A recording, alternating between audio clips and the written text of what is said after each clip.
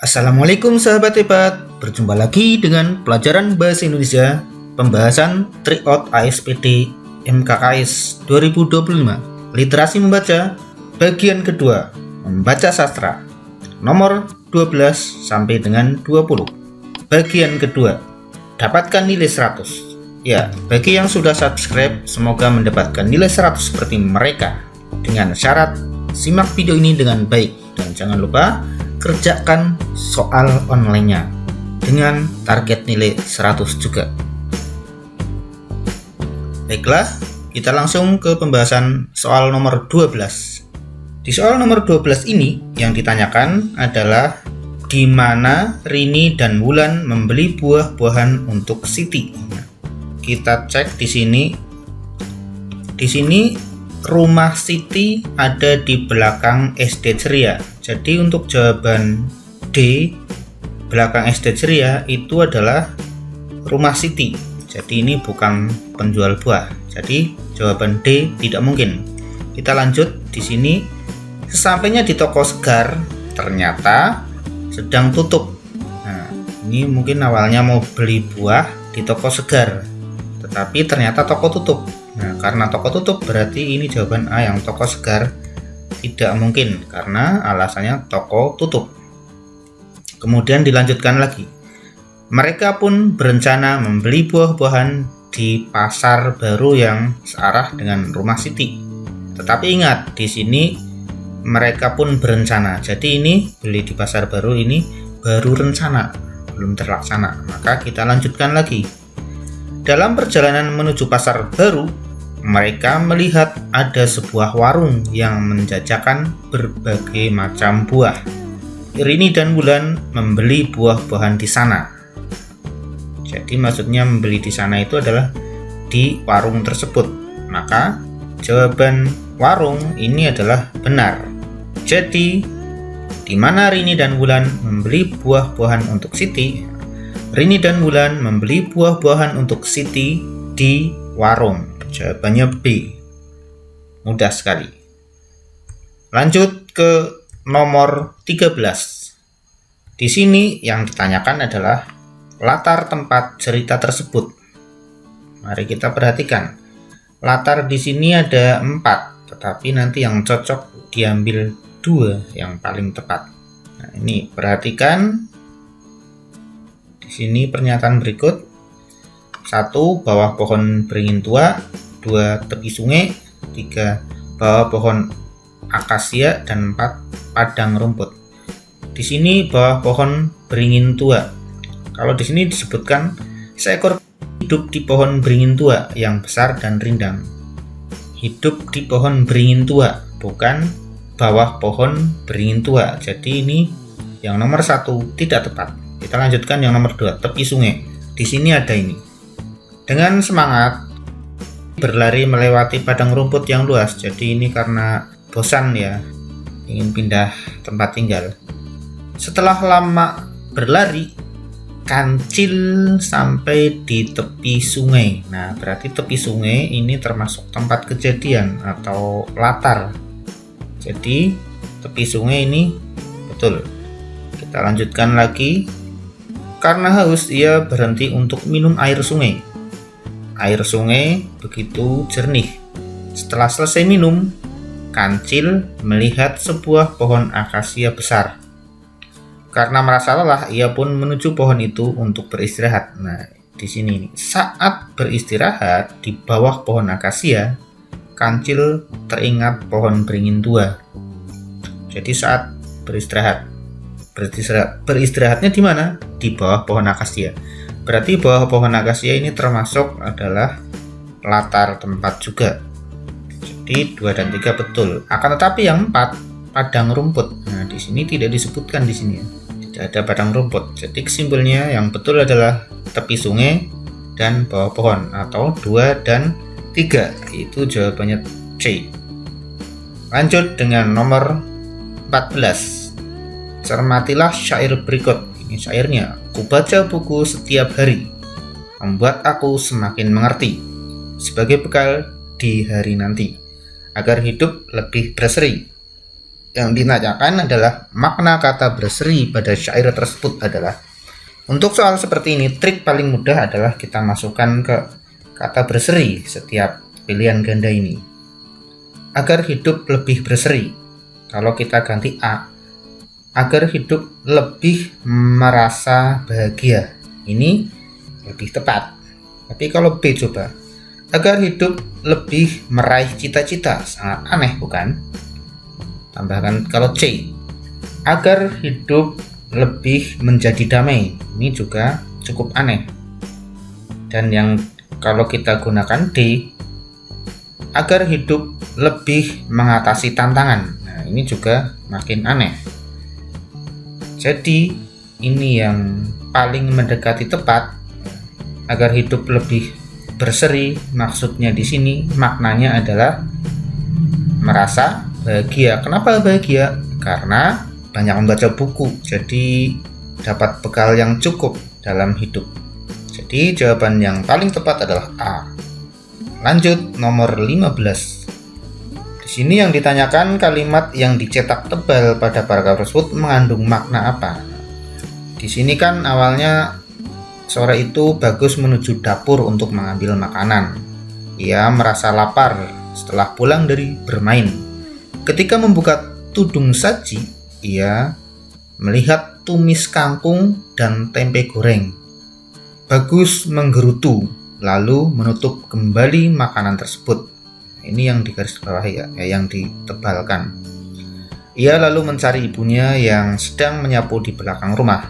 Bagus meminta ibunya memasak makanan yang disukainya. Ibu pun menasihati Bagus agar selalu mensyukuri nikmat Tuhan berupa makanan yang telah terhidang. Yang ditanyakan adalah kalimat yang dicetak tebal pada paragraf tersebut mengandung makna titik-titik. Nah, ini makna Bagus menggerutu lalu menutup kembali makanan tersebut. Tentu saja ya karena tidak suka. Karena biasanya anak zaman sekarang itu ya tidak suka ya makanan tumis kangkung, tempe goreng. Nah, jadi kalau kita pilih jawabnya A, Bagus tidak ingin ibunya memasak sayuran untuknya. Nah, di sini tidak begitu nyambung jawaban A. Sedangkan B, Bagus tidak jadi makan karena sudah merasa kenyang. Nah, masa belum makan tiba-tiba sudah kenyang. Padahal ini lapar ini. Ia merasa lapar setelah pulang dari bermain. Jadi yang B juga tidak tepat. Sedangkan C, Bagus tidak mensyukuri makanan yang telah dibeli ibunya. Ini makanan yang telah dibeli ibunya. Padahal ini makanannya tidak beli, tapi ibunya itu memasak untuk Bagus. Jadi ini juga kurang tepat. Sedangkan D, Bagus tidak menyukai makanan ibunya sehingga enggan makan. Nah, ini lebih tepat. Kan Bagus menggerutu lalu menutup kembali makanan tersebut. Menutup kembali di sini berarti karena apa? Bagus tidak menyukai masakan ibunya sehingga enggan makan. Karena enggan makan maka menggerutu lalu menutup kembali makanan tersebut. Jadi jawaban yang paling tepat adalah D. Nomor 16. Di sini yang ditanyakan adalah akhir cerita tersebut. Ini tinggal kita teliti saja. Misalnya A, penyakit Tiko kambuh karena makan bakso yang pedas. Di sini ada ya, ia menyantap bakso dengan lahap. Malam harinya penyakit asam lambung Tiko kambuh. Ini juga kambuh. Tetapi ingat, ini bukan akhir cerita. Ini di tengah-tengah cerita. Jadi A tidak tepat. B, Tiko menyadari kesalahannya dan meminta maaf kepada ibunya. Ini juga ada di sini. Bu, Tiko minta maaf karena tadi tidak menuruti pesan ibu, kata Tiko sambil kesakitan. Tapi ingat, ini juga bukan akhir cerita. Sedangkan C, ibu memaafkan kesalahan Tiko dan membelikan obat untuk Tiko. Di sini memang ibu memaafkan Tiko dan memintanya untuk tidak mengulangi kesalahannya. Tetapi di sini tidak ada membelikan obat untuk Tiko, tidak ada. Di samping itu ini juga belum sebagai akhir cerita. Tetapi coba kalau D, ibu membawa Tiko ke klinik karena penyakitnya kambuh. Di sini ada ini. Ibu lalu membawa Tiko ke klinik untuk mendapatkan pertolongan. Ya, jawaban yang paling tepat adalah D. Nomor 17. Ditanyakan amanat cerita tersebut. Ingat, amanat cerita berarti amanatnya atau pesannya harus sesuai dengan cerita yang ada di sini. Ini menceritakan Titi ya, seekor anak ayam yang terpisah dari Mimi, induknya. Ia berlari ke sana kemari mencari Mimi, tapi tidak juga menemukannya. Titi merasa takut dan kesepian. Ia duduk di bawah pohon manggis lalu menangis. Meskipun begitu, Titi terus memanggil-manggil induknya dengan sekuat tenaga, jadi tidak menyerah. Sementara itu, Mimi sangat khawatir kehilangan Titi. Yang mencari Titi ke seluruh kebun, tetapi belum juga menemukan anaknya. Ketika mendekati pohon manggis, Mimi mendengar tangisan Titi. Dia lalu menuju sumber suara. Mimi lega dan bahagia dapat menemukan anaknya. Coba kita A. Kita harus berusaha sekuat tenaga dan tidak bergantung kepada orang lain. Ini memang betul, kita harus berusaha sekuat tenaga dan tidak bergantung pada orang lain. Ini belum tentu ya, karena ya kita pada waktu-waktu tertentu juga butuh pertolongan orang lain. Dan ini juga kurang sesuai dengan cerita di sini. Sedangkan B, ketika dalam keadaan sulit, kita tidak boleh menangis dan terus berusaha. Terus berusaha itu benar, tapi tidak boleh menangis. Ini kan belum tentu. Kondisi tertentu ya, kita bisa aja menangis. Seperti di sini ini menangis ini karena ketakutan ya. Kemudian C, ketika menghadapi kesulitan, kita harus berusaha dan tidak mudah putus asa. Nah, di sini Titi itu mengalami kesulitan ya karena terpisah dari induknya. Sampai menangis. Nah, meskipun begitu, Titi terus memanggil-manggil induknya dengan sekuat tenaga. Artinya dia tidak menyerah. Jadi kita harus berusaha dan tidak mudah putus asa. Jadi ini lebih tepat yang C. Sedangkan kalau D, ketika menghadapi kesulitan, kita harus sabar dan berpasrah diri. Kita bersabar itu betul, tapi berpasrah diri ya kurang tepat ya. Mestinya harus berusaha terus ya. Jadi jawabannya adalah ini. Ia duduk di bawah pohon manggis lalu menangis. Meskipun begitu, Titi terus memanggil-manggil induknya dengan sekuat tenaga. Artinya, ketika menghadapi kesulitan, kita harus berusaha untuk tidak mudah putus asa seperti si Titi ini. Tetap berusaha memanggil-manggil induknya dengan sekuat tenaga. Akhirnya ketemu kan. Jawabannya C. Nomor 18. Ini yang ditanyakan tema cerita tersebut. Kalau kita lihat, kita baca cerita ini di sini ada membersihkan halaman depan rumah. Berarti ini termasuk lingkungan rumah ya. Sore itu Bambang dan ayahnya membersihkan halaman depan rumah. Mereka mencabuti rumput liar, menyapu halaman, dan menata pot-pot yang berantakan. Setelah selesai membersihkan halaman, Bambang berkata, "Ayah, ada banyak sampah di selokan." Ayah lalu melihat selokan. "Ayo kita bersihkan." Ini berarti peduli dengan lingkungan yang kotor ya. Jadi kalau tema keluarga kurang tepat, lingkungan tepat, budi pekerti ya tidak tepat sama sekali. Pendidikan juga tidak. Jadi yang paling tepat adalah temanya lingkungan. B. Nomor 19. Di sini yang ditanyakan nilai moral positif tokoh Molly dari cerita tersebut adalah, kita bisa cek di sini ya. Kalau ia pun menyadari kesalahannya. Sejak saat itu Molly tidak lagi mengganggu hewan. Jadi ceritanya di sini Molly dulunya itu suka usil ya, mengganggu teman-temannya. Tapi ketika dibalas diganggu, ternyata dia merasakan ya ternyata tidak enak ya diganggu. Sehingga menyadarinya. Maka kita pilih yang paling tepat kalau A, menyadari kesalahannya dan mengubah perilaku buruknya. Ini tepat.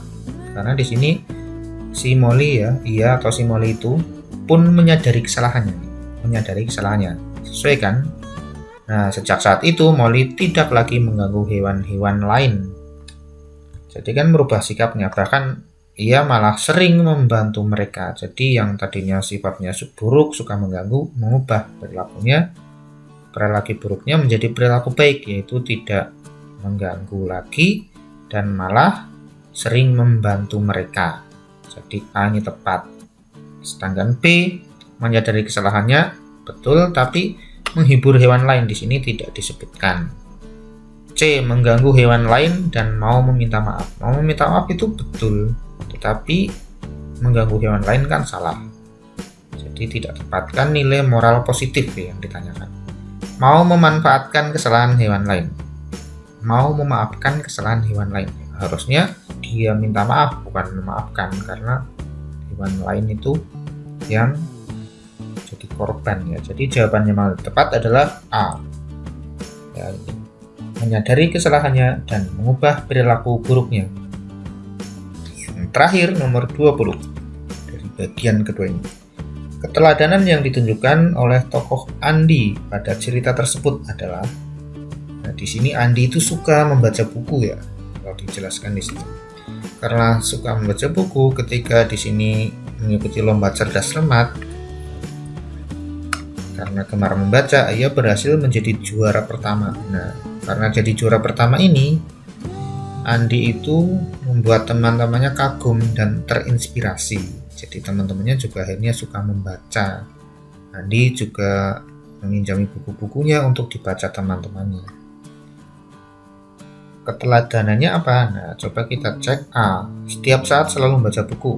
Ini tidak tepat. Kalau B, mengajak temannya agar senang membaca buku. Ini juga kurang tepat. C, membagikan buku kepada teman-temannya. Betul, itu meminjamkan, tapi ini juga tidak sesuai ya. Tapi kalau D ini, gemar membaca buku sehingga berhasil menjadi juara. Ini sesuai dengan ini. Gemar membaca buku. Karena gemar membaca buku, ia berhasil menjadi juara pertama. Jawaban yang paling tepat adalah D. Gimana? Mudah bukan? Demikianlah bahasan kali ini. Jangan lupa subscribe bagi yang belum. Dan terima kasih yang sudah. Semoga mendapatkan nilai 100 di ASPD-nya. Amin ya rabbal alamin. Jangan lupa juga kerjakan soal online-nya dan nantikan video kelanjutan bagian ketiga dan keempat. Assalamualaikum warahmatullahi wabarakatuh.